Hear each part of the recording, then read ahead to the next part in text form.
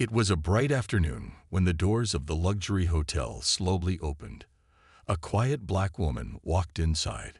Her dress was simple, her shoes a little old, but her back was straight and her eyes were kind. She held a small handbag close to her chest and walked towards the VIP lounge. Many people in shiny clothes and expensive watches were already sitting there. Waiters walked quickly, pouring drinks and smiling politely. Soft music played in the background. The woman looked around and saw an empty seat near the corner. She didn't speak to anyone. She just walked there quietly and sat down. A waitress nearby noticed her. She was young, with perfect hair and red lipstick. Her smile faded when she saw the woman. She whispered to the waiter next to her, "Did she walk in by mistake? This is the VIP lounge." The other waiter looked confused. "Maybe she's waiting for someone," he replied. The woman sat calmly. She placed her handbag on her lap and folded her hands. She wasn't bothering anyone, but the waitress didn't like her presence. She walked up to the table, leaned a little, and said, "Ma'am, this section is only for guests with VIP access." The woman looked up and smiled politely. "I know," she said softly. "I would like a cup of tea, please. Chamomile, if you have it." The waitress didn't smile back.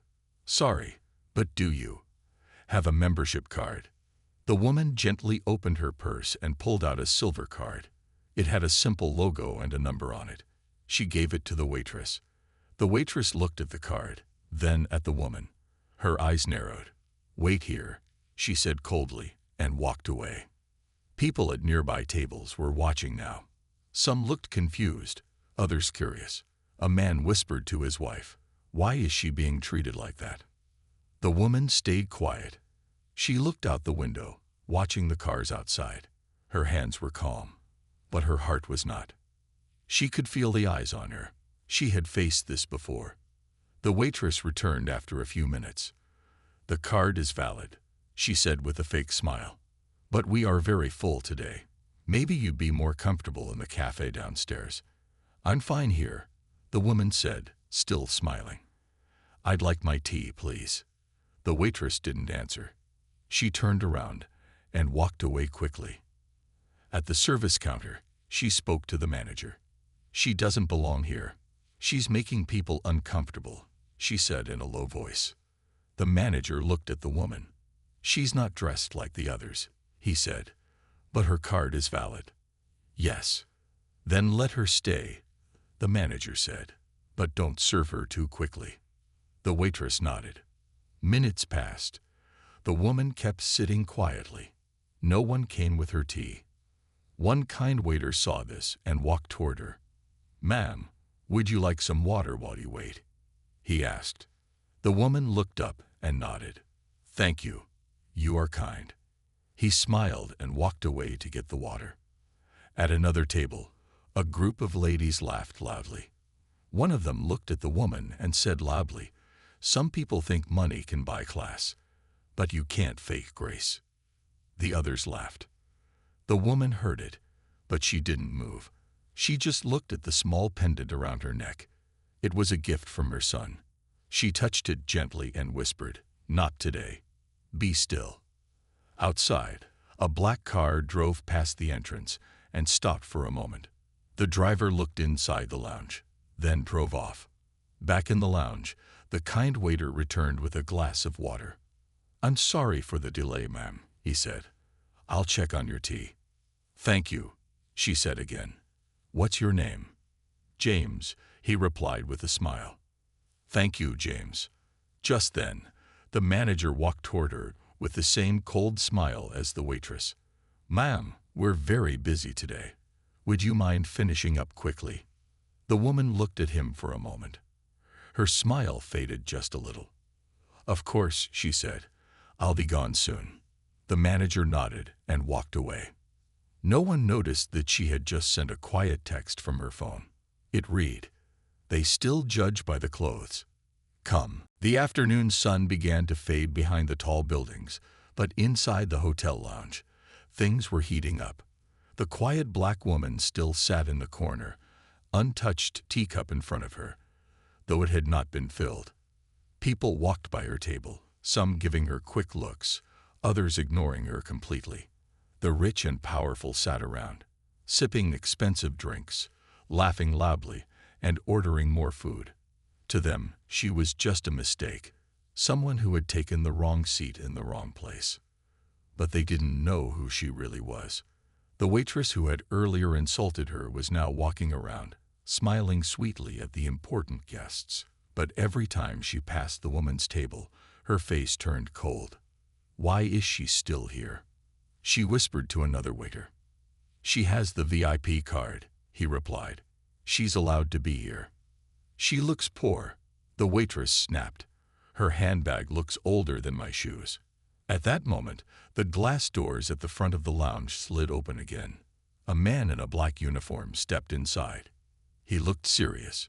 He wasn't carrying anything.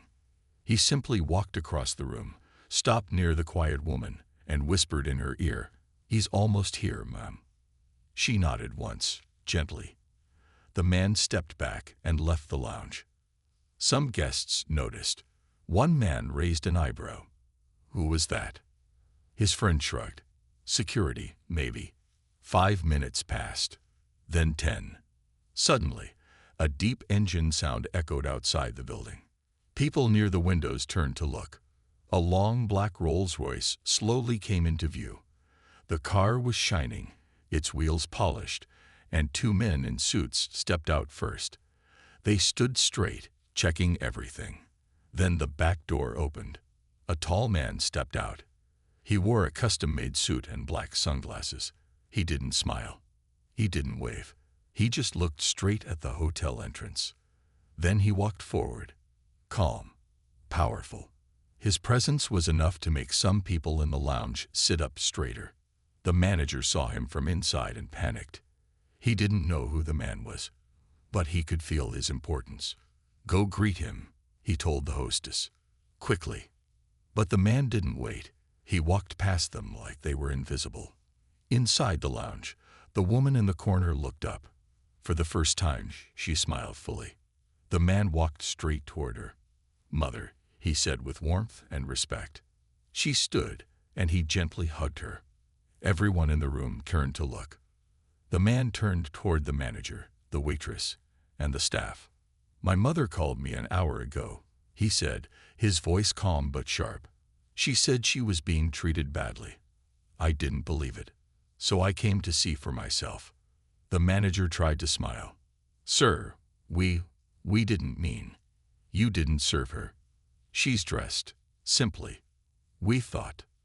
You thought she didn't belong here," the man finished for him. He looked around at the staff. "Do you know who owns this hotel?" No one answered. "I do." Gasps filled the room. "I bought this chain last year. I let the old management stay. But today, I will make changes." The woman, his mother, gently touched his arm. "Be kind," she said quietly. He nodded, then looked at the waitress. "You told my mother to leave." I didn't mean to." The waitress stammered. "You judged her by her clothes, not her heart. And now everyone will see your face when this story goes public." People took out their phones. Some had already started recording. The man looked around again. "My mother built me. She cleaned houses so I could go to school. She skipped meals so I could eat. And now she sits in my lounge and is treated like trash." He turned to his assistant. "Fire every staff member who ignored or insulted her. Today." The assistant nodded and began making calls. The lounge was silent. Some guests looked ashamed. Others looked shocked. The woman touched her son's hand again. "Let's go home. I don't need tea anymore." But her son turned to the kind waiter, James, who had offered her water. "You," he said. "What's your name?" "James, sir." "You'll be promoted. Starting tomorrow, you'll be the new guest services lead." James's eyes widened. "Thank you, sir." The woman smiled at him. Then, together, mother and son walked out of the lounge, while everyone watched in stunned silence. The next morning, news spread like wildfire. The video of the black woman and her billionaire son had gone viral. It was shared on every platform: Facebook, YouTube, Instagram, and even news websites. Millions of people watched as the calm, respectful woman sat quietly, while the waitress insulted her. They saw the son arrive, and how everything changed in just a few minutes. People online were furious. "This is why you never judge someone by their clothes," one comment read. "Powerful. That woman raised a king," another said. In the hotel's head office, phones were ringing nonstop. Reporters wanted interviews. News channels wanted the full story. People were canceling reservations because they didn't want to be part of a place that treated people unfairly. Meanwhile, inside the hotel, the atmosphere had completely changed. The waitress who insulted the woman had been removed immediately. Some staff tried to act innocent, but security camera footage told the truth. Everyone who looked down on the woman had been let go. But one person remained: James. He now wore a new name badge: Guest Services Lead. He walked with pride, yet remained humble. He served guests with a smile, but his mind was on the lady from yesterday. Who was she really? Why didn't she act rich, even though her son owned the whole hotel chain? Later that afternoon, a black car pulled up again. James rushed to the door. It wasn't the billionaire this time. It was his mother. She stepped out of the car, wearing the same simple dress and her old handbag. "Good afternoon, Mom," James said with respect. She smiled. "Good to see you again, James. I didn't think you would come back so soon." She looked up at the hotel. "I almost didn't. But my son said this place needs change, and change needs someone who has felt the pain." He looked confused. "What do you mean?" She took a deep breath. "I'm not just here to visit today. My son made me chairwoman of guest experience. I'll be working closely with staff, starting with kindness training." James was shocked. "That's amazing." She smiled softly. "I'm not a business expert, but I know how it feels to be ignored. I know how to recognize pain in someone's eyes. And that's what good service is about. Not money, not power, but respect." That day, she met the new staff. Some were nervous. Some were young. But she spoke to all of them the same way, with warmth and wisdom. She told them stories of how she cleaned houses, how she walked miles to work, how she sometimes cried in silence, but never gave up. One staff member asked, "Why didn't you wear expensive clothes yesterday? You're the owner's mother." She smiled. "Because I don't need fancy things to prove who I am. If someone needs diamonds to treat me with respect, then their heart is poor." The staff clapped. Later that evening, she sat down in the same corner where everything had started. James brought her a fresh cup of tea. "This one's on me," he said. She chuckled. "I'll accept it." "Thank you, James." As she sipped her tea, more guests noticed her. Some smiled at her. One woman walked up and said, "I saw your video. You changed my heart. I cried watching it." The woman gently took her hand. Kindness always wins. Just then, her son arrived again. He walked into the lounge, shook hands with James, and kissed his mother on the forehead. "Ready for the board meeting, Mom?" he asked. She laughed. "Let's go. It's time the board learns how real people feel." And just like that, the woman who was once insulted became the voice of change for a company known all around the world. She didn't raise her voice. She didn't seek revenge. She simply showed what dignity looks like. And now, no one would ever forget her name again. The large boardroom was filled with powerful people, men and women in expensive suits, holding fancy pens, sipping imported water.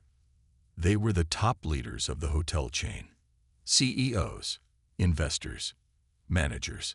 Everyone expected a usual meeting. They expected talk about profits, reports, and new hotel branches. But today, something was different. The door opened slowly. In walked the woman from the lounge. The same woman who had been insulted just days ago. No expensive dress, no designer bag. Just the same quiet strength in her eyes. Behind her was her son, the billionaire CEO, with a calm but serious face. The board members looked surprised. "Who is she?" one whispered. "That's his mother, I think," another said. The CEO cleared his throat. "Good morning. Before we start, I want to introduce someone very important." He looked at his mother with pride. "This is my mother, Mrs. Gloria Bennett. The reason I am who I am today. The reason this company even exists. And now, she is your new chairwoman of guest experience." Gasps filled the room. One man coughed. Another dropped his pen. "Chairwoman," but she was just a guest. A woman who looked too simple to lead anything. She stepped forward and placed her small bag on the table. "I won't take much of your time," she began in a soft voice. "But I need to say something real. Something no reporter will ever tell you." The room went silent. No matter how tall the building is, if the ground is weak, it will fall. Your guests, your staff, they are the ground, and you've been ignoring them. She paused. "Some days ago, I sat in the VIP lounge. I didn't speak. I didn't shout. But the way I was treated told me everything I needed to know about this place." One board member shifted in his seat. "I was insulted by someone who wore a name badge from your company. I was ignored by staff trained under your leadership. But not once did I feel angry. I just felt sad for all the others who faced the same, but had no son to speak up for them." The CEO added, "That's why we're changing everything. From today, every hotel staff member will be trained, not just in service, but in kindness." He looked around the room. "And anyone who can't treat others with respect, no matter their skin, clothes, or voice, will have no place in this company." Some nodded. Others looked nervous. "But she's never run a company," one man finally spoke. "What can she teach us?" The CEO smiled. "She taught a boy how to dream when there was no light. She walked miles to clean other people's floors so I could go to school. She fed strangers before herself, and she never once raised her voice to earn respect. She lived it." The room grew quiet again. Mrs. Bennett opened her bag and pulled out a small notebook. "This is my life," she said, holding it up. "Every guest I met, every house I cleaned, every lesson I learned. I may not have a degree, but I have wisdom." Then she closed it gently. "And now, I want to give that wisdom to this company." The boardroom, full of millionaires, stood up and clapped. It wasn't for her title. It was for her strength. That evening, as the mother and son left the building, staff lined up outside to greet her. They clapped, smiled, and some even cried. James was there too. "You don't just run the company now," he said with a smile. "You gave it a soul." She hugged him gently. "No, James, we did it, together." That night, across the world, the hotel chain released a new commercial. It didn't show luxury rooms or expensive pools. It showed a simple woman sipping tea, a kind staff member, and the words, "Respect is the new luxury."